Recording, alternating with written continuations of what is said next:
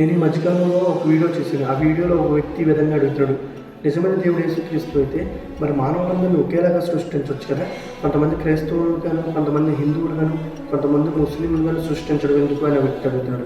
ఈ ప్రశ్న నేటి సమాజంలో చాలామందికి ఉంది.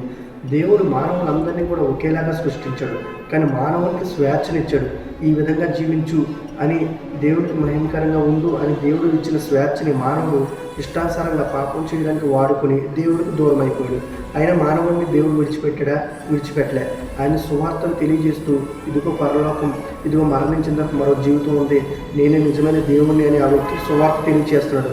అయినప్పటికీ ఆ వ్యక్తి గ్రహించకుండా లోకంలో ఇష్టానుసారంగా జీవిస్తూ దేవుని దూషించడం లేదా దేవుడు వ్యతిరేకించడం చేస్తున్నాడు.